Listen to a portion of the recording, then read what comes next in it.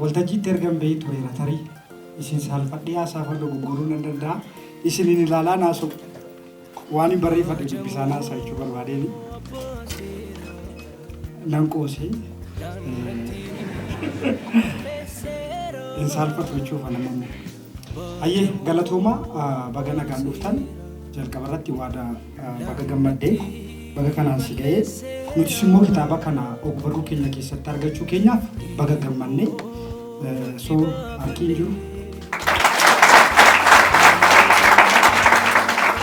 Ayyee har'a tarii wantootiin ani asitti haasa'u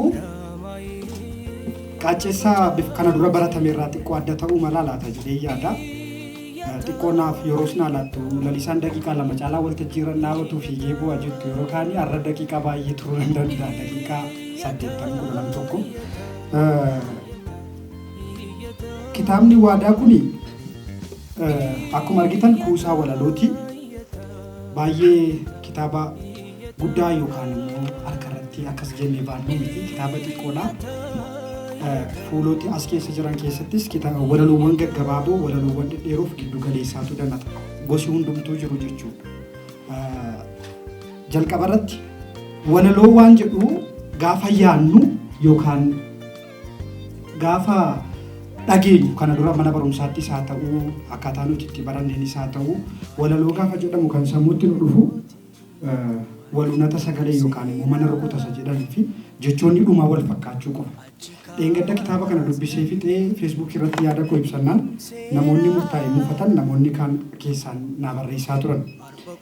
Walaloo jechuun garuu halluu yaadaati. Jechi yaadatu jecha dhala. Yaada booda jechatu dhufa jechi yaada ibsa. Garuu halluun yookaan bifti ittiin yaadi tokko ibsamu tarii walaloo.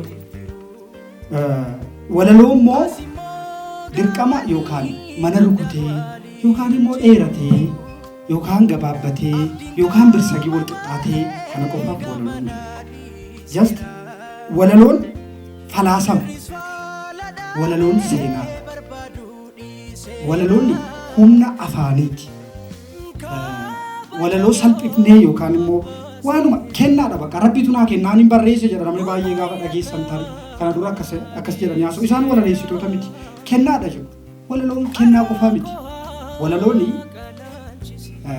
tarii beekumsa dubbisuu booda dhalata falaasamni baay'ee dubbisuu baay'ee yaaduu booda dhalata namoonni kennaadha jedhanii waan walaloo fakkaatu nutti himan hedduun isaanii yookaan waltajjii irrattis nu dubbisanii kana duras kitaabotii afaan oromoo keessa jiran hedduun isaanii kan koo dabalatee jechuudha. Walaloo maqaa jedhuun ba'aa ture garuu walaloo fakkaata. Waan baratame tokkotu jira hundi keessan kan yaadattan walaloo walala erguma kaleessaa qalamni isheen dhumte ijuma ishee keessaa dur gaafa elementariitti jennu yaadattuu miti. Just jalqabbii walaloo ture yaalaa turre yoggaa sana jechuudha. Walaloon garuu gaafa waan baranne yookaan bartee aadeeffanne tokko cabse akkas jechuun safuu jechuu koo miti. Waan aadeeffanne tokko karaa kan biraatiin gaafa nutti agarsiise walaloon isa. Walaloo jechuun yaada guddaa tokko akka namaa galuu danda'utti bifa bareedaatiin gaafa namatti hime walaloon isa. Malee miira keenya saayinsii walaloo yookaan walaloowwan Oromoo keessatti walaloo Oromoo keessatti walaloo gaafa gargar babaafnu istaayiloota isaanii irratti tarii weedduu geerarsaa asmaarii maal jennee gargar baafnu.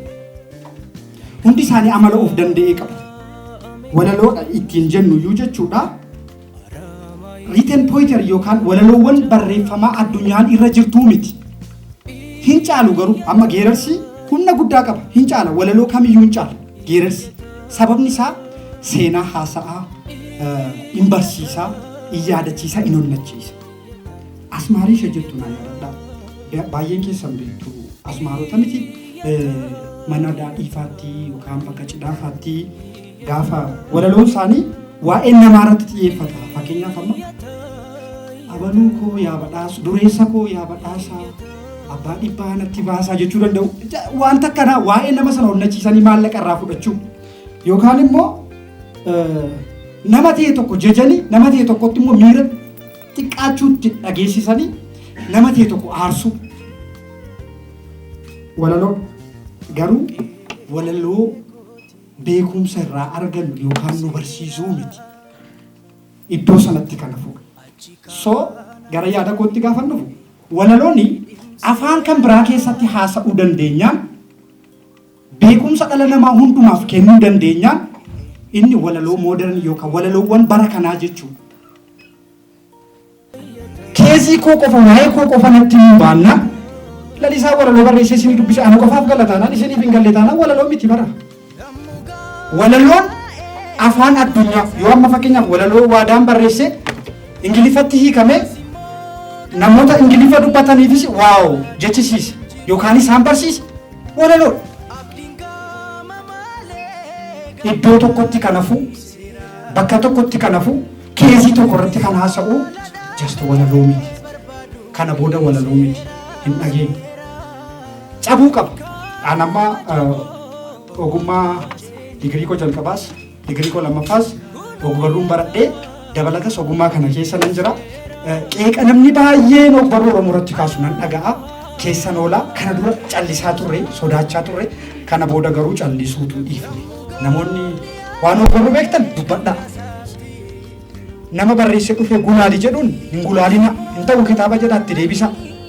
Nama barreessee gabaarra baaseefis kitaabichi isinitti hin tolle taanaan hin tima hin ta'u jedha.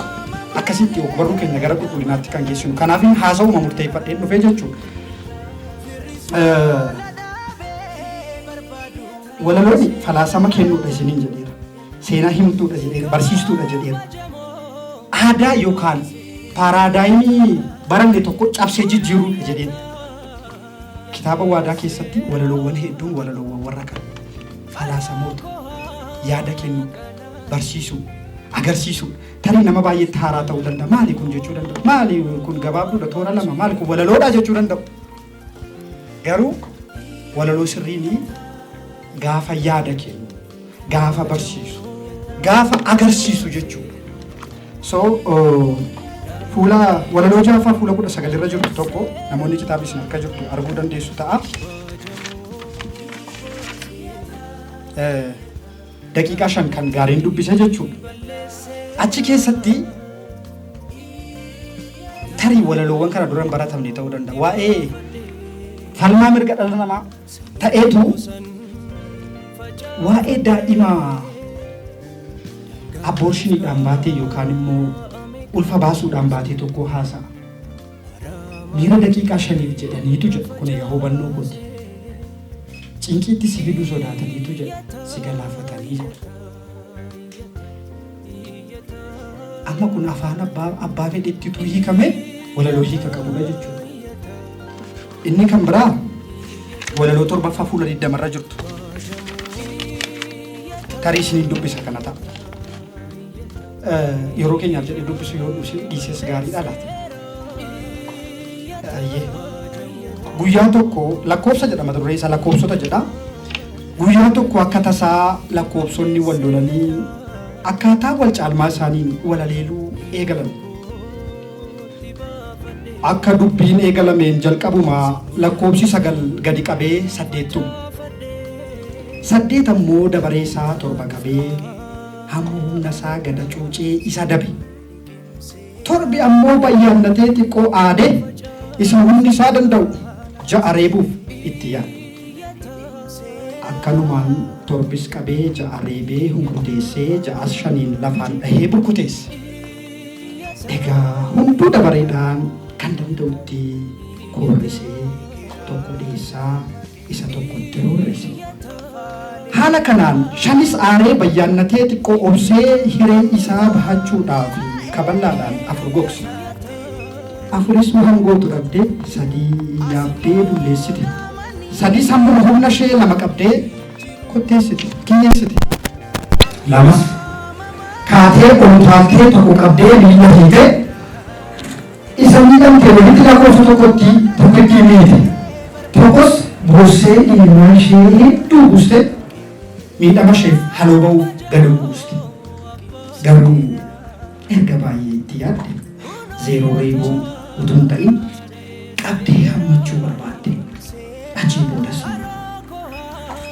yaada jaraa sana haaltee zeeroo waliin 10 taate hunda isaanii dachaan caalte. Maallee kan tokkoomee mari'atee rakkoo fura gaaraaf dhagaa yaada waloon suuphee uumu. Lakkoofsota nuti beeknu 1 2 3 jennee kutaa tokkoffaadhaa kaafnee beeknudha miti. Akka inni itti ergaa isaa dabarfatee istaayiliin isaa yaada namaa jijjiiruu irratti humna tokkummaa agarsiisuu irratti amazing miti. Ariyyee sabni irra